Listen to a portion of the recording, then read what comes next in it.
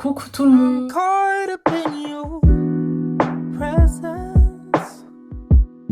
Alors aujourd'hui je reviens avec une vidéo pour vous parler de mon parcours scolaire et de ma rentrée qui s'est passée tout à l'heure. Enfin, il faut savoir que je suis en BTS NDRC en initiale. Ce que j'aimerais vous expliquer dans cette vidéo, essayer de vous expliquer pour que vous puissiez comprendre, parce que moi j'ai jamais pu trouver les vidéos on va dire qui expliquaient c'était quoi la différence entre initiale vraiment et alternance. Enfin, j'ai vu des petites vidéos mais ça parlait plus du côté alternance que du côté initial. Il faut savoir que j'ai eu un parcours scolaire on va dire basique. J'allais au collège vraiment pour les copines, etc.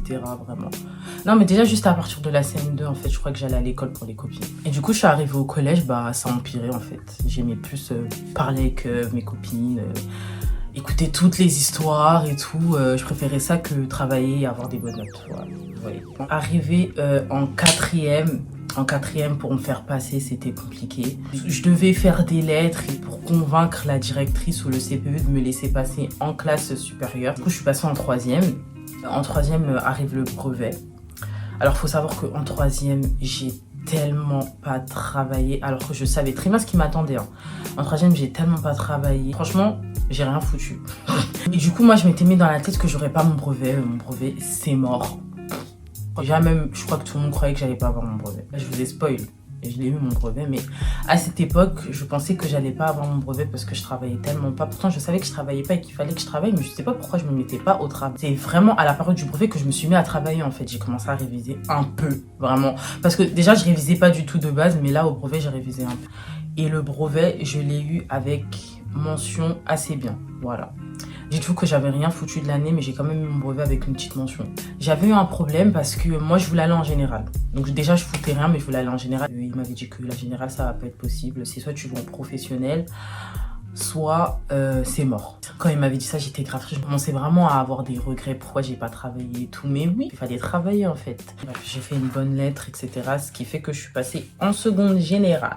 Mais j'ai pas assumé. En fait, la seconde, c'était vague. Il y avait des moments où je travaillais et des moments où j'étais en mode je m'en foutiste, mais total.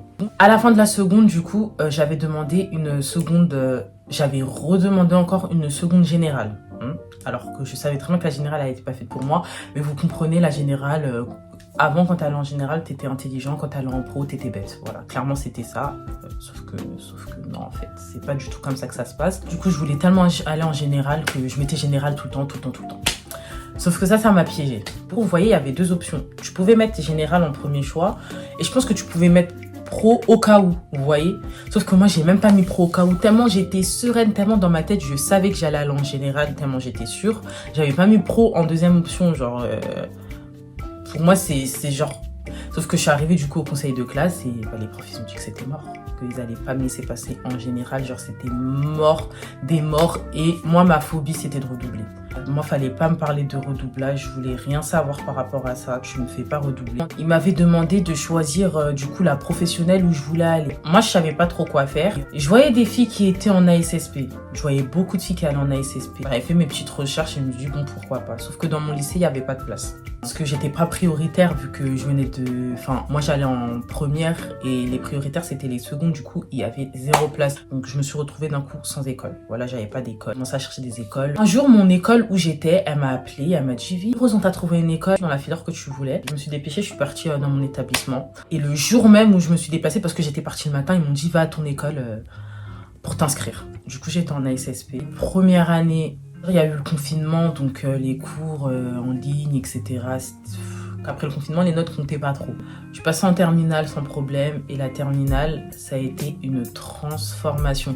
Quand je vous dis ma terminale, ça a été une transformation, mais j'étais plus la même personne. Même moi, je me suis jamais vue comme ça. J'ai travaillé comme une folle. Vraiment, quand je vous dis, je me suis donnée à fond dans mes études. Je me suis vraiment donnée à fond dans mes études. Mais je savais pas trop ce que je voulais faire plus tard. Et aussi l'erreur que j'ai fait à cette période, c'est que rester centrée sur la formation que j'étais en train de faire en ce moment. Et franchement, faut pas faire ça. Faut viser plus loin. Visez plus loin quand vous savez pas quoi faire, cherchez. Il faut chercher. Franchement, restez pas juste au domaine où vous êtes, ça va vous coincer. En plus, ça vous bloque des portes. Ça se trouve que vous allez découvrir des choses que vous connaissiez même pas. Et c'est là-bas que vous allez aller. Vous allez vous dire, mais heureusement que j'ai fait mes recherches, sinon j'aurais pas trouvé. Sinon, j'aurais pas su ce que j'aurais aimé faire en fait, vous voyez. Quand les profs ils nous saoulent en disant cherchez dès maintenant ce que vous voulez faire, en vrai ils ont raison, parce que chercher à la dernière minute c'est la pire des choses à faire. Tu vas te retrouver dans des trucs que tu n'aimes pas du tout. Je suis partie là-bas parce que c'était dans le domaine que j'étais en train de faire. Du coup, je me suis dit, bon, ça pourrait peut-être m'intéresser. Je me suis pas intéressée à autre chose. Donc, ça veut dire que j'ai commencé à mettre que des écoles d'infirmières sur Parcoursup et je me suis mis dans la tête que bon, voilà, c'est bon, infirmière, c'est mon rêve, faut que je réussisse, faut que j'ai mon diplôme, etc. Au fond de moi, je pense que je le savais un peu que c'était pas fait pour moi, mais je me suis dit, bon, ça se trouve, mon avis interne, ce sera pas la même chose quand je vais arriver et que je serai à l'école, en fait. Enfin, que je serai arrivée dans l'IFSI. Avant la rentrée, je me demandais, il y avait vraiment cette question dans ma tête qui rebondissait. Est-ce que c'est vraiment fait pour moi? Premier jour de rentrée, je sentais que j'étais pas à ma place. Mais je me suis dit, bon, première impression, je peux pas dire j'aime pas alors que, enfin, c'est le premier jour, tu vois. Et plus les jours est passé, plus c'était horrible, je faisais que de me plaindre et tout à mes copines. Je disais mais non, j'aime pas. Désolée si le cadre il est pas pareil. Ma caméra fait que de couper. Je crois que je suis restée 2 ou 3 mois dans l'IFSI et j'ai décidé d'arrêter. Et quand j'ai arrêté, je me suis dit que je pouvais pas rester sans rien faire. Du coup, en attendant, j'ai fait des petits jobs, on va dire. Faut savoir que avant de quitter l'IFSI, j'avais fait énormément de recherches, genre pour savoir. En fait, avant de quitter, fallait que je sois sûre que c'est pas ça que je voulais faire. Et c'était ma période. Il faut que je trouve ce que je veux faire plus tard. J'avais commencé à chercher des trucs à la fac et tout. Je me suis dit, bon, la fac, ça m'intéresse pas trop. Et c'est quand je me suis penchée vers les BTS que j'ai commencé à vraiment me concentrer par rapport à ça. Je trouvais ça hyper intéressant. Ça veut dire que je me suis penchée vers les BTS. BTS Banque, BTS MCO, du coup BTS NDRC. BTS SP3S, BTS CI, c'est commerce international, BTS communication aussi. Mais ce qui m'a frappé à l'heure, c'est le BTS NDRC. En fait, j'hésitais entre le NDRC et le MCO. C'était les deux BTS dans le commerce qui étaient les deux BTS les plus diversifiés. Quand vous faites ces BTS là, bah vous êtes sûr que vous avez plus de portes de sortie en fait. Et j'ai vu que le BTS MCO, c'était plus centré sur la vente en magasin. Alors que le NDRC, déjà, il y a la digitalisation. Ça, on en a besoin parce que dans le monde d'aujourd'hui, le digital, c'est hyper important. Il y aura ça partout, il y a ça partout.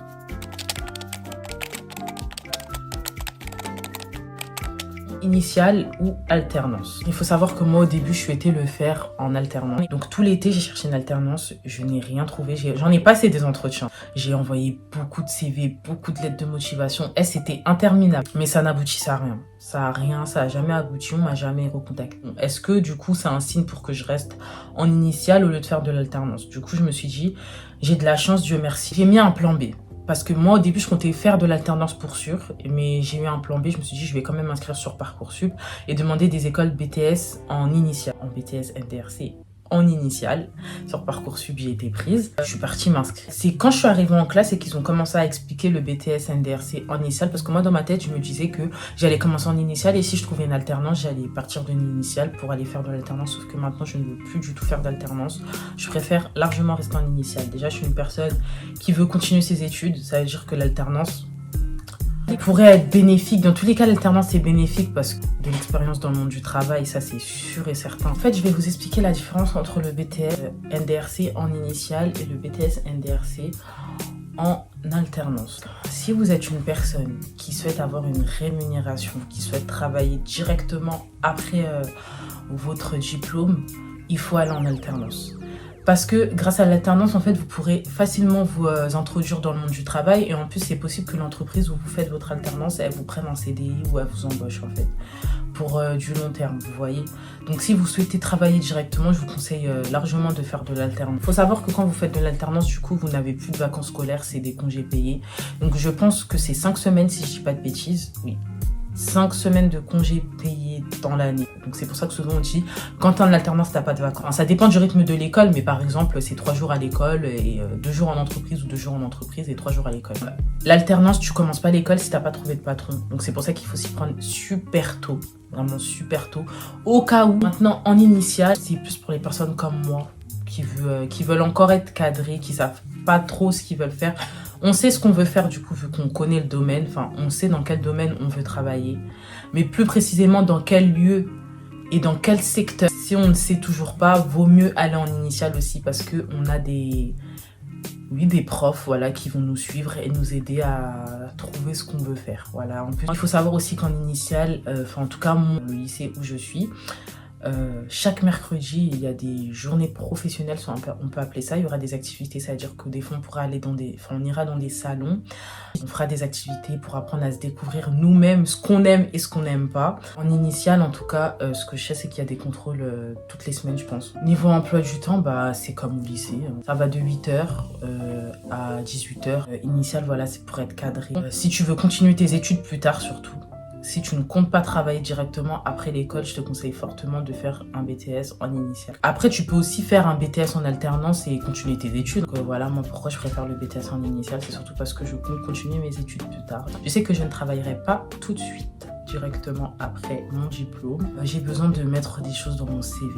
Parce qu'il faut savoir qu'en BTS NDRC aussi, vous pouvez faire des stages à l'étranger. En tout cas, moi, dans mon école, on peut faire des stages à l'étranger, ce qui est super. Ça, c'est vraiment une occasion en or. En tout cas, si vous avez d'autres questions ou si je me suis trompée par rapport à certaines choses, n'hésitez pas à me le dire en commentaire. N'hésitez pas à vous abonner, liker, partager. Je vous fais de gros bisous.